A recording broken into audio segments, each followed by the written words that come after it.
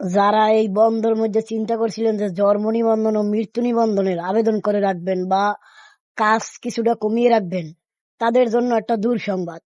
আসলে সরকারি বন্ধ হয়ে যাওয়ার পরেই কিন্তু একটা নোটিশ দিয়ে দিছে জন্ম ও মৃত্যু নিবন্ধনের সার্ভারে।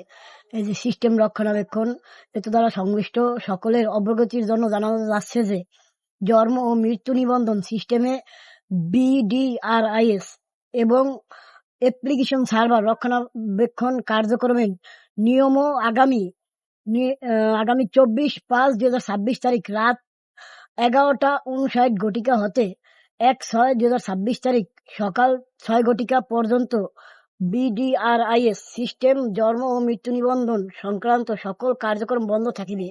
সামরিক এই অসুবিধার জন্য আন্তরিকভাবে দুঃখিত। জরুরি সহায়তার জন্য ইমেল করুন। এই হচ্ছে ইমেল অ্যাড্রেস। আর এই জায়গা দেখাইতেছে 5 দিন 19 ঘন্টা 33 মিনিট 10 সেকেন্ড পরে এই সার্ভারটা ওপেন হইবে। তাই সকলের অগ্রগতির জন্য জানানো যাচ্ছে, বিষয়টা সবাই গুরুত্ব সহকারে দেখবেন। আশা করি কেউ এই জন্ম নিবন্ধন ও মৃত্যু নিবন্ধনের আবেদন করতে পারবেন না। সরকারিভাবেই নোটিশ দিয়ে দিছে।